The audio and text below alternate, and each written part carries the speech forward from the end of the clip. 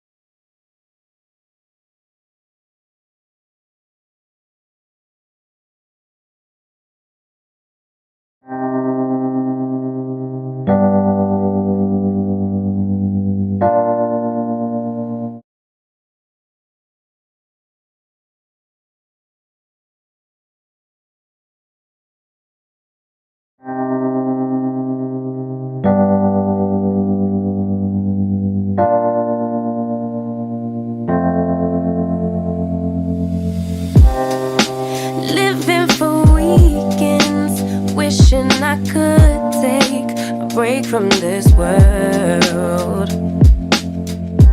Running on a hamster wheel, but searching for something I can't feel. I just wanna be a lost girl. Welcome to On the Leather with Coach Ella. I am your girl, Coach Ella Destiny, and this is Lawrence Owens, aka Mr. Funny Man himself, Mr. Lo.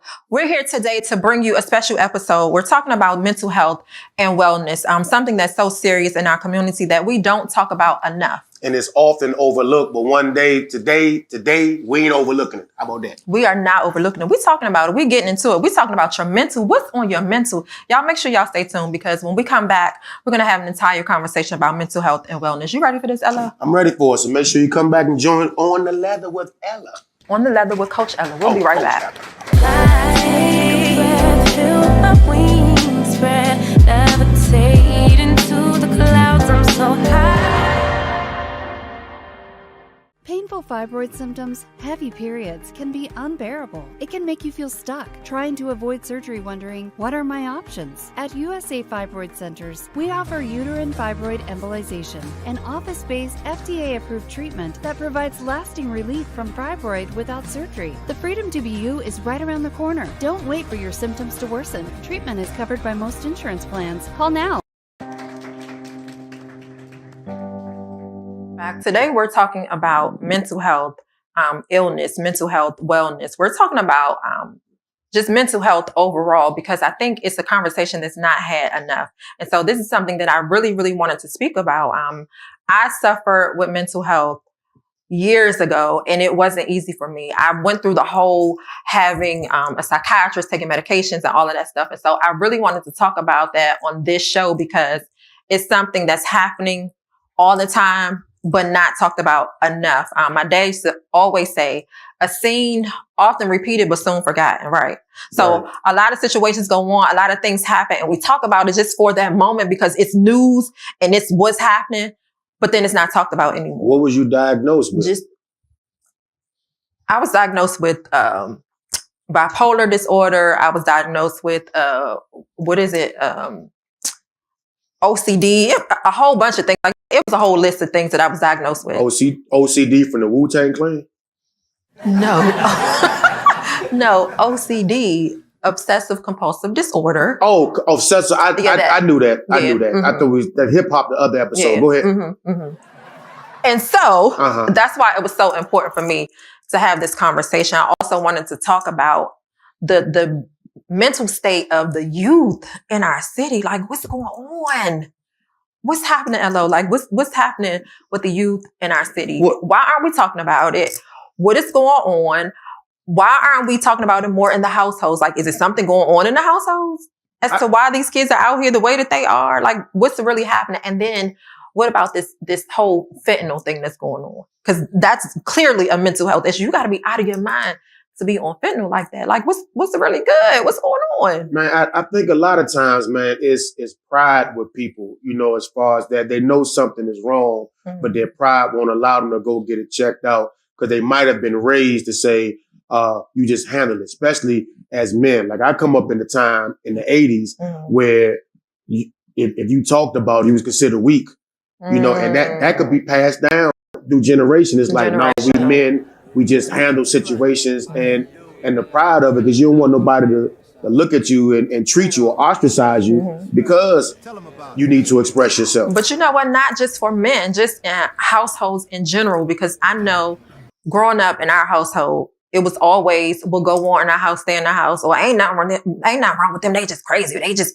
you know what I'm saying? Right, So, and it was really something wrong, but because they just looked it off, or that's just how they are. You know how they act. That's how it was for me. Like, a lot of times people would say, don't get her started. Oh Lord, y'all know how she is. But that messed me up. And nobody knew that I was going through something mentally, because that's just how I was. And so I think. But when you was going through something, how did you know something wasn't right? I knew something wasn't right because I was mad. I was angry like all the time, like mad all the time. And it was like the littlest things. We'd go out to eat or something, and it was like the littlest thing. If somebody gave me a straw and they handed it to me backwards, I'm going off. Well, you sure that's nothing to do with you being a woman, because women act like that period when they're hungry. So you sure that so all women got mental health issues when they're hungry? Is what you telling me? I didn't say anything about being hungry. I said when we went out to eat, those are the type of things, and that was just an example. But just a number of things that we really don't pay attention to, that could be a sign that somebody is suffering with mental health. And then, like, I used to be tired all the time. I didn't want to be bothered. It was times where I would just shut down, like close the whole world out. And nobody thought anything was wrong. It was like, y'all know how she is. Or, y'all know how she get in her mood sometimes. So everybody called it a mood. But I'm dealing with something. Right. On top of, remember, I had, or for those who don't know, I had 11 abdominal surgeries. I spent a week on life support. And I'm about to say a week on child support. That'll trigger mental health. Right. That'll trigger mental health. I pay child support. My mental health triggered too. I spent a week on life support. And so dealing with all of that stuff and to take care of myself, to depend on other people, like that did something to me mentally. On top of, that time married. And I don't know that this is the reason, but I couldn't have kids anymore. And my ex had a kid with somebody else. So mentally that messed me up. You get what I'm saying? Like, what the heck? Like, was I not good enough? Like, I can't have a kid anymore. So like, hey, did he try to overlook it? Like, remember in the movie when Muddy Waters came home and this girl, he said, where that baby come from? And he just went on back to sleep. Did he do it like that? No, it was not no overlooking. No. Man. But no, some dramatic mental health. You understand what I'm saying? No, go ahead. But some of it was dramatic because I had a lot of issues with a lot of different things. So it was dramatic. It was a lot. And then it had gotten to the point where sometimes when I wasn't myself, my kids would say, Mom, did you take your medication today? Mm-hmm. And when I got to that point, I knew that, I needed to get more help. I needed to do something about this because it was serious. My kids was recognizing it. Do you feel like the medication has helped you along the way as far as, healing, this whole healing process? You feel like your medication has really been a help, or do you feel like they're just keeping you on it so they can continue you as a patient? Because you got to factor that in as well. Right. So first, I'm not on medication anymore. Right. Clap it up for that. We're going to clap it up for Ella. Clap it up for that. I am not on medication anymore. I think you ain't funny. But no, that's a whole nother conversation, because a lot of times people don't understand that there is a difference between a therapist and a psychiatrist. Mm-hmm. And so a psychiatrist drugs. Exactly. Right. And that's all they do. So you're just going to see your psychiatrist. I'm going to see my psychiatrist, and you're just giving me prescriptions. He's like, okay, well, what happened this week? And then you just keep putting me on this medication, but you're not getting to the root of the problem and what's going on. And that's the thing treating the symptoms and not curing the disease. Exactly. Right. But then when you're taking the medications, it's messing me up, not just where it's supposed to be helping my mental, is damaging other things. So that's a whole nother conversation. But it's so important for me to talk about mental health because it's so much going on in our city, y'all. And that's what this show is all about. We don't want to talk about what's going on in Hollywood, even though those things people might think are important, but it's important for us to have the conversations about what's going on in our city today. And it's a lot going on. Like mentally, people are just out there wilding. I think, listen, everybody listen up. Don't be afraid. If something is wrong, please go get checked out. Don't brush it off. You ain't weak. You ain't no sucker. Don't worry about everybody. This is you. You know what I'm saying? And your mental health. You get you together. Because I'm telling you, if you out here going through something, the world ain't kind. You understand what I'm saying? I promise you it's not. The world got something for you. So you got to make sure you got this together to be able to move forward, especially if you decide to procreate. Like if you have children, that's very important because what kids are going to do is emulate you. So a lot of times you got a child who might be diagnosed as something, but nothing might be wrong with him. He was just following you. Do you think that's what's going on with the kids today? Do you think that they're probably seeing stuff going on in their households? And that's why they're out here just out of control? It's so much to unpack with them. I think that's one dynamic of it. You know what I'm saying? They just got to go by what they see. Like, you know, their element. Parents, it's no book to parenting. You know what I'm saying? I know they write one, but every situation is specific. And you don't know what that parent is going through. Yeah. You got parents that take things out on their children. And they feel as though, well, I'm going through it. I got to project it on them. And then they try to make it feel like that, oh, no, you good. When in all actuality, they not. Yeah. And times are different because we have the resources now to be able to do that. That's an unfortunate situation, but that can happen, man. Just trauma. What about parents who weaponize situations? Get that. I did this for you. I did that. I changed your diaper. I can't change my own diaper. Somebody had to do it. Right. You understand? I did this. I did. Well, I ain't asked to be here. You understand? You know, as far as that. Where my daddy at? Oh man, your daddy ain't around. So now I want to kill my daddy. I want. Now I'm struck with that. The fact my father ain't around. I've been listening to this woman. I've been following her. So now I'm overly emotional. I'm uncoachable. You understand what I'm saying? I don't get my way. Soon as a man speaks to me, I take that the wrong way because I'm not used to men talking to me. Because sometimes as men, we need to talk. Right. Hey, my man, clean this up. Who are you talking? Like, what you doing?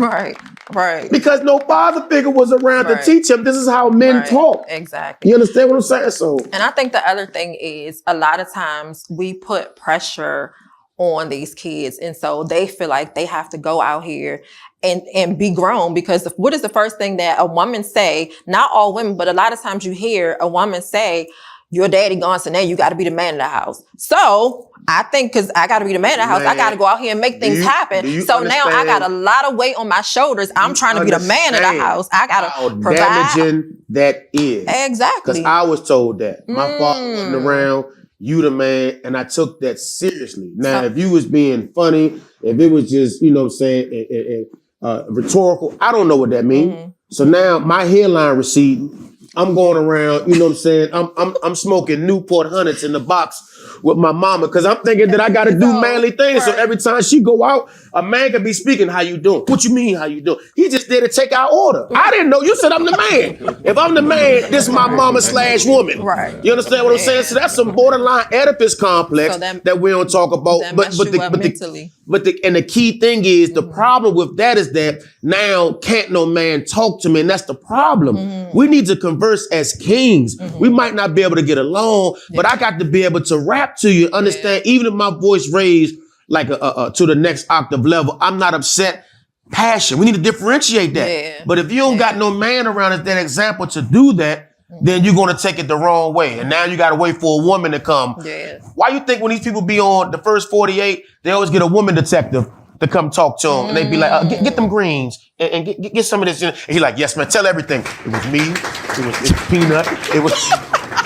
But when the man come in there, you know you was in there, you go, man, you. No, I know who to go get. You know what I'm saying? The detective come in there, baby, what's wrong? You know what I'm saying? It's going to be all right. You only got 147 years to go. And he like, only 147, yes, man. But when the man comes saying, I ain't telling you nothing, man. I'm dying. He start throwing up hood signs or whatever. So yeah, man, it's rough. The flip side of that also, going back to what goes on in my house, stay in my house, when it comes to, I can't just say females because it's happened to young males too.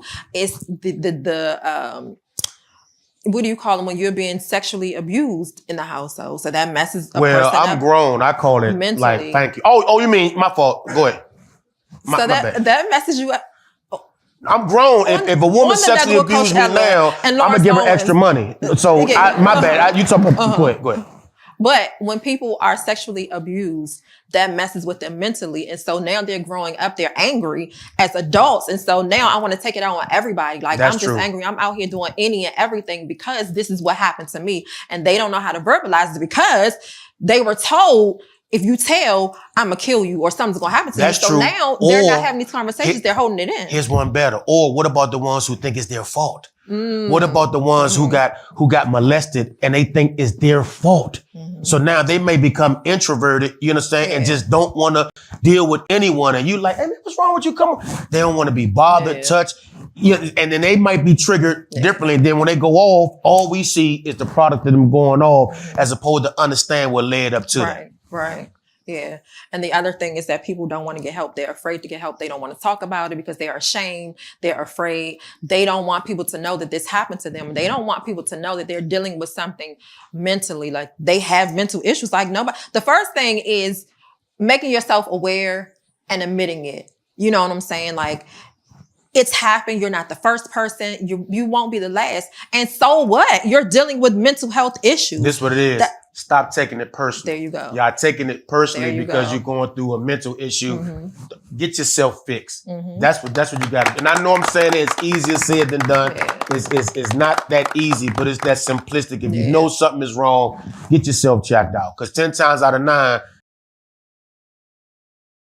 take it out on somebody who may have their own issues. Right. So that's what we trying to stop, that pattern, like that generational curse of just scapegoating somebody else from what we go through. Projecting we can't do that. And the other thing is make sure that you're checking on people. People go missing. If you haven't talked to a person in a long time or they're not on social media or whatever, make sure you check on them because they may be going through something mentally and they're just not telling anybody. They don't know how to handle it themselves. Hold on, Ella. Or the people I bet on that game, this ain't no mental health, you're going to miss it. Give my money. I just had to say that, Ella. Go ahead. Back to mental health. And I just want to make sure that I give you guys a statistic.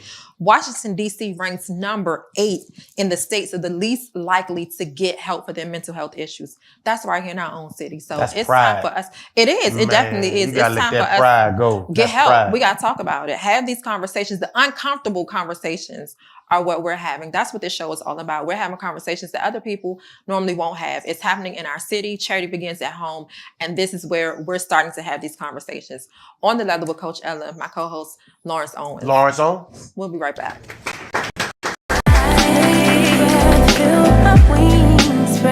Levitate into the clouds. I'm so high.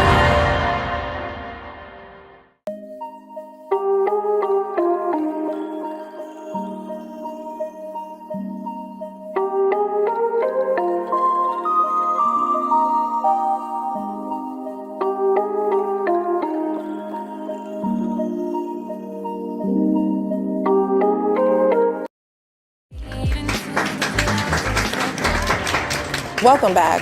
Today we're talking about mental illness, mental health, and what it's all about.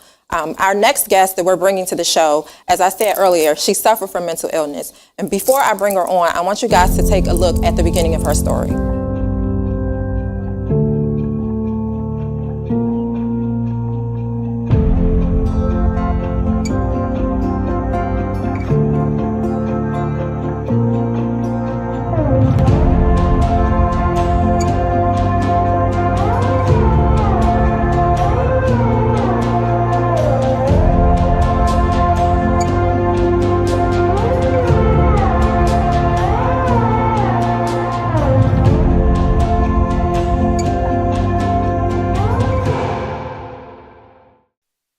Ladies and gentlemen, Tashana Mathis. Welcome. Thank you. Thank you so much for coming to the show. I know that your story has been heavy, right? We talked about it before and we did an interview before, and you told me your story, you told me your journey of mental health and mental illness and the things that you were going through. I just want to say thank you for being here because you didn't have to. it's a lot. I know that you've been through a lot with support and just the things that you've gone through. So I'm really for you to be here. So let's get into your story, right? Because this is all about mental health and mental awareness. Take me back to how we got here, how you got to having a story about mental health and mental illness. Like, what happened that got you here? Well, it started when I was in my younger age. I was molested by a family member, a close family member, and I started going through depression then. I didn't really know what it was. I knew that I was just sad all the time, angry, just bitter, and I couldn't explain what it was. As I got older, I started to realize that, it was depression because I seen it on TV or, I heard about it from other people. And so when you were going through this, no one told you that it was depression. You were just having all these emotions and you were just going through all these things and you just didn't know what it was until you saw it on TV. Right. And so I want you guys to understand, I want you to understand what the signs and symptoms of depression and mental illness is. It's feeling sad or down, like you said, right? Yes. And being confused, you were having confusion, reduced ability to concentrate. And then one thing that people don't understand is like when someone says they're tired all the time or they're always sleepy and they think that I'm just tired or I'm just, exhausted, that's a sign of depression. Is that something that you were dealing with as well? Yes. I was tired all the time. I slept. I didn't want to do anything but sleep. And shortly after, I lost my appetite. And I just began to feel hopeless, guilty, all the emotions I felt. What did you feel guilty about? Like, what was the guilt? I mostly felt guilty because, growing up in the Black community, you were taught about your faith, and, if, maybe I wasn't praying hard enough or my belief in God wasn't strong enough. So I was just guilty that maybe I didn't trust God, totally, and that I let my children down, because I didn't feel like I was a strong mother, And so is that what took you to the point of what you did, like just feeling guilty and feeling hopeless and that you were not a good mom to your kids? Because looking at the pictures before, it looked like you were fine. And also I want you guys to understand, like, people dealing with mental illness, sometimes it looks like this. Sometimes you're dressed up, you're cute, you got on nice clothes, you're going out, you having fun and all that stuff, but you're suffering on the inside. And I know that because that was one of the things that I suffered with. I suffered with mental illness as well. I was on medications as well. And everybody thought that I was okay. And one thing that people don't know is before I wrote my first book, there's nothing wrong with saying so what, I actually started writing a book and it was called The Things That You Thought You Knew. And what that book was about is that you think that you live with a person, you know everything about them, you grew up with them, you're in the same house, and you don't know anything about me at all. You didn't know that I was suffering. You didn't know that I wanted to commit suicide. You didn't know those things. Right. And so take me to where you got to wanting to commit suicide and you actually, or I'll let you tell it. Take me to that point. Well, I think when my children were younger, I had my first suicide thought. I was just having thoughts. And, it was coming stronger and stronger, where I had planned to take my life, but I also wanted to take the children with me, take my children's life, because I didn't want to leave them here without me. So it had gotten that bad, But through prayer and calling my mom, she prayed me through it. And they had me admitted into a psychiatric ward, and I had to spend there for like a week or two, and get counseling and put on medication. And did that help? Did you feel like that helped, or that still wasn't enough for you? It did help for a little bit. I took it for a little while, but then again, I still was struggling with the faith thing, and I thought maybe I could fix it myself or pray. So I stopped taking the medication. And that's when it really spiraled out of control. And it's funny that you say that because I was taking medication too. And the one thing that I stood on when I was taking the medication is that I was like, God, I cannot be medication dependent the rest of my life. Like, I don't want to do this. It doesn't feel good. It doesn't make me feel good. Like, I felt zombified. I was out of it all the time. It was just so crazy. And I was like, God, I do not want to take medications anymore. And I prayed. Right. And I was like, God, I'm not taking this anymore. And I stopped. And they give you a medication. They tell you that, oh, you can't stop taking this medication because it messes with the serotonin in your brain. So if you stop taking it, you're just going to go crazy. But what people don't know about taking medications is that it actually makes you crazy. Like, it does something to you, and that's what happened to me, and so I had to stop. But obviously, it worked for you for a little bit, but then what happened after that to where you got to those pictures? Well, the year 2020 of February, I lost my job after working 13 years. They let me go because I was sick, actually, with kidney disease. And so they let me go, and just the weight, the guilt of not being able to support my children, and the guilt of everything going on. And I was just really tired, and I was tired of attending. I put on a smile, and everybody that knew me knew that, oh, she's happy, and it was just like, I was just tired, and I just didn't want to fight it anymore. I lost my will to live, and I starved myself for almost 60 days. I did not eat or drink or anything. Sorry. This is heavy because, I know what it's like when you lose your job and then you start losing things. You lose your place, you lose your home, you lose all of these things, and you think that you have people that will help you and support you, and the people that you think are going to be there for you, they're not. And so it's like, what do? You know what I mean? And you have children, and you're like, how am I going to take care of my kids? Like, what am I going to tell them? How am I going to face them? And that's where you were.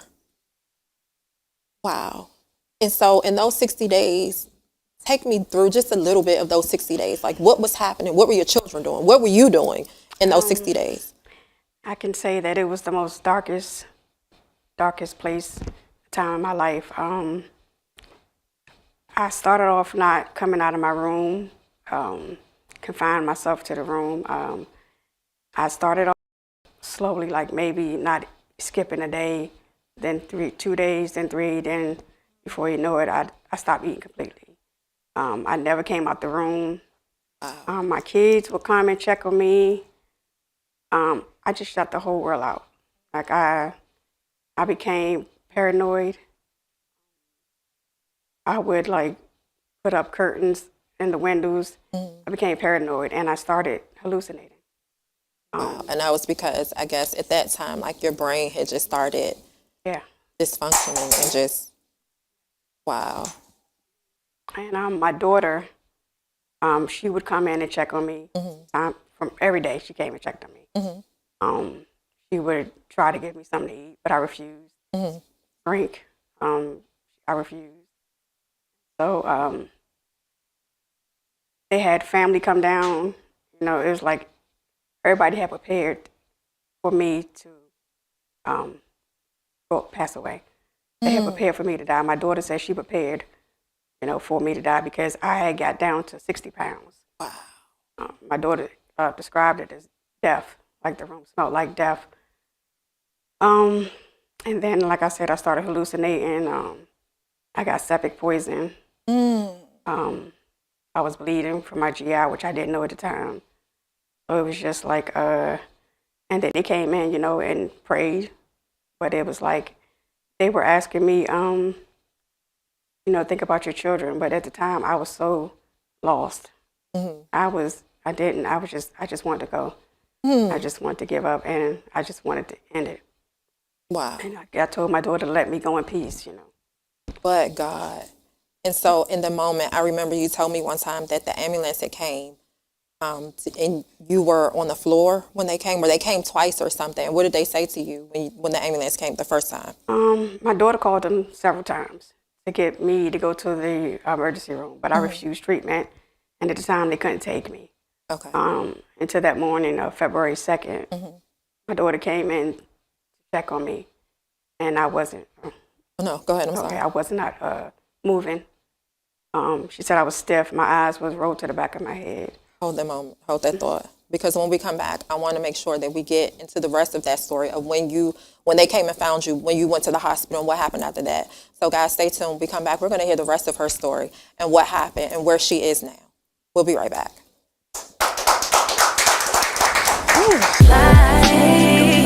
Feel my wings spread, levitate into the clouds. I'm so high.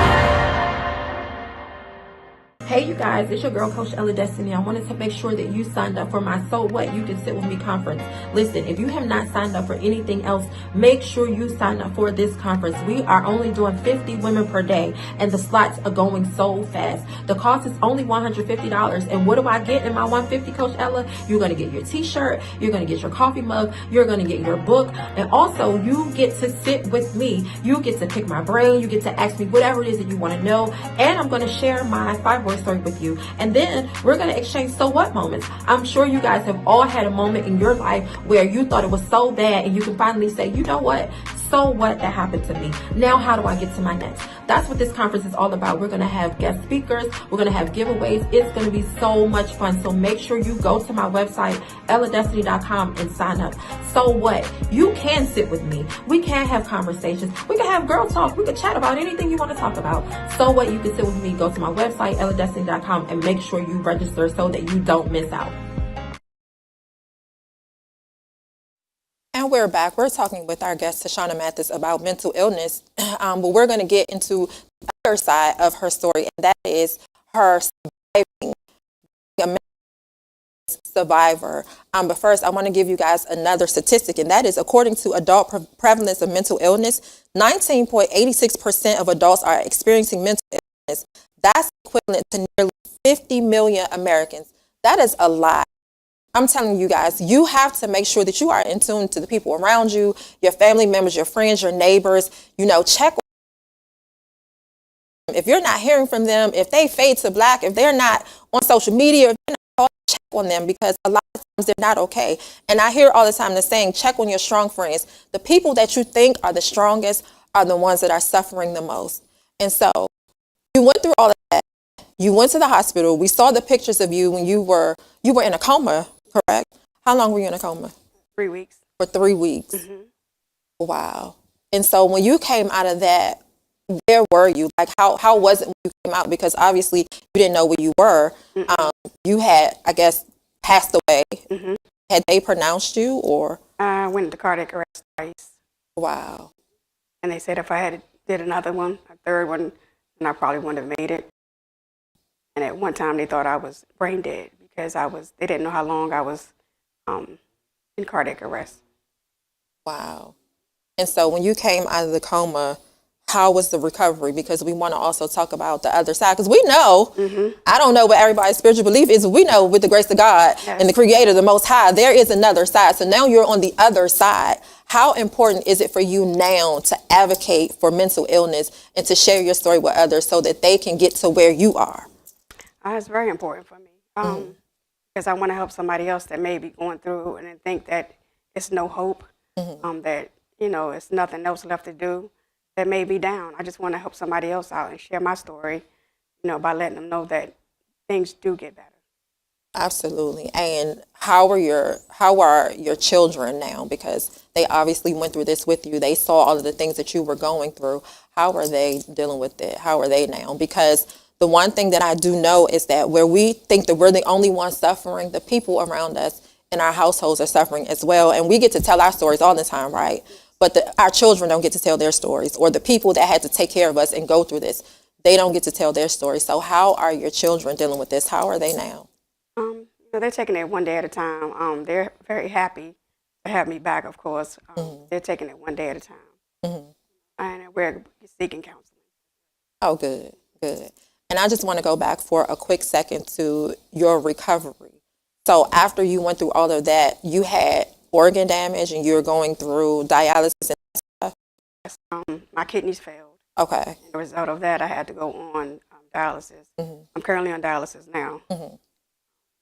And then I had to go to physical therapy. I had to learn how to walk, talk, feed myself, all the daily things that you do take for granted. But thank God I'm just happy. Absolutely. Let me to be tell you, here. you are the example and you are the evidence of what the Creator, the Most High, can do. And so I am really, really happy that you are here. I'm happy that you are able to share your story.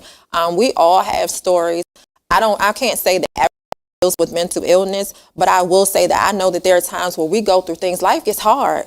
Life is tough. Things get heavy. You know, life, like they say, life is lifing. You know what I mean? And that's what it is. And so we have to make sure that we are taking care of our mental, and we have to make sure that we're doing everything that we know how to do so that we can be okay. We have to make sure that we're creating positive boundaries, because a lot of times we take on other people's stuff. A lot of times we're not even depressed because of us. It's because we're taking on other people's stuff. Like somebody else is going through something, so we got to fix this, and we got to go here, we got to do this and help them. Right. And we're losing so much of ourselves and what's important. And so I am so thankful that you're here. I am thankful that you came to share your story. I am thankful that you spoke up and you're using your voice. I will say that I know so many people are assigned to you.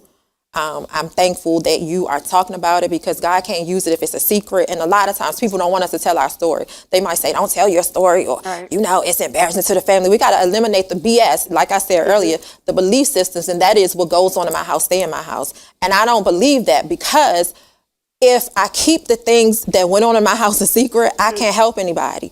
God can't use it. And a lot of times it's the things that's going on in the household that's tearing us apart, like the sexual abuse, like the mental issues that we go through. And so we have to eliminate the BS or the belief system that what goes on in my house stays in my house. I'm going to tell it because it's going to help somebody else. And it's also helping you, and it's helping me to talk about it. So I'm so thankful that you came to share your story. I want to make sure that people understand that there is help. If you feel like you are going through mental illness, if you feel like you are suffering, if you're depressed, there is a number. You can call the Suicide Prevention Lifeline. It's 1-800-273-TALK or 1-800-273-8225 or dial 988. Get the help that you need. You do not have to suffer in silence. You are not alone. There are other people going through the things that you are going through. So make sure that you get the help that you need. Check on your strong friends. Tell somebody. If it's only one person that you tell that I'm not feeling right, something is off, or, my mind isn't clear, or if you feel like you're tired all the time, make sure you get help. Get the help that you need. A lot of people don't want to go to doctors. Talk to somebody. Talk to, like you said, get spiritual guidance, whatever it is that you need for you to make sure that you are okay, because mental health is real. Mental illness is real. There's so many people out here dealing with it. Young people that are dealing with it, and they don't know. And we like to throw those young kids away and say, oh, they're tripping off of drugs or this, that, and the third. But that's a mental health issue that. What do you want to tell people? They're going through something. If you had to tell one person one thing, what would that be? I want to tell them that you're not alone. Things does get better. Take care of yourself. Love yourself. Put yourself first. And just get counseling. Get to talk to someone. Don't try to do it, or don't struggle with it on your own. But get help. Absolutely, guys. This has been a heavy but a necessary conversation to have. And that's what On the Leather with Coach Ella is all about, is having the uncomfortable conversations that other people will not have, so that we can grow. And we know that growth and comfort does not mix. And if you want to grow, you got to get uncomfortable. You got to have these conversations, because it's not only growth for you, but it's growth for other people. So I'm thankful that you guys tuned in with us for today. Stay tuned, and I'm going to be back with my purpose point.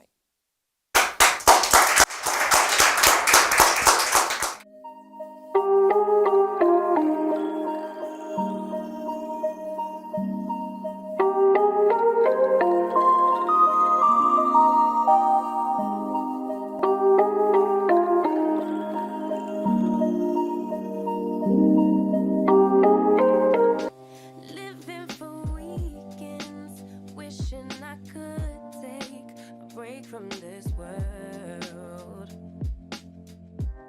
Back to On the Leather with Coach Ella. Coming up next is Mr. Funny Man himself, my co-host, Lawrence Owens. If you all have never checked him out before, you are in for a treat. He is hilarious for no reason at all. Stay tuned. Coming up next, Elo's Comedy Corner.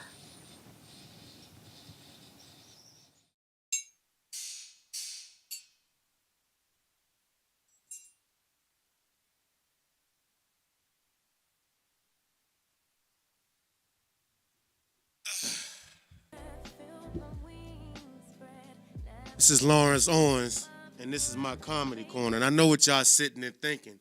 Man, he was just banging on the congos, the triangle, the cymbals. Now he got this mask on his face. So what do we conclude from that? Call me crazy? Easy to call me crazy. But why I can't just be expressing myself? That's what mental health is. It's so easy to call somebody crazy, but we're afraid to find out what it really is. So now y'all sitting here with this guitar, say, what are you gonna do with this guitar? That guitar don't fit him. And that's what mental health is. That's what it looks like. Might not fit the person, but it don't always mean that it's not there. Get yourself checked out. Pull a mask off yourself and find out who you are. That's it. And that's Lawrence Owens, and that's my comedy corner.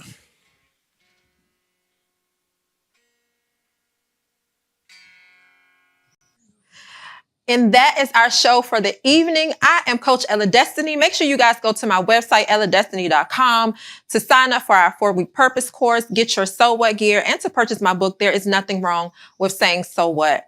Also, thank you to our sponsors, USA Fibroid Centers. Ladies, if you think you have fibroids, if you're not sure, if you want more information, you do not have to suffer alone. You don't have to suffer in silence. Go to our website, usafibroidcenters.com, schedule your consultations. And listen, we're talking about mental health. We're going to keep talking about this conversation because it's so important for us to have. If you or someone you know is in a mental health crisis, make sure you call the Suicide Prevention Hotline, 1-800-273-TALK. That is our show for the evening on The Leather with Coach Ella. See you guys soon.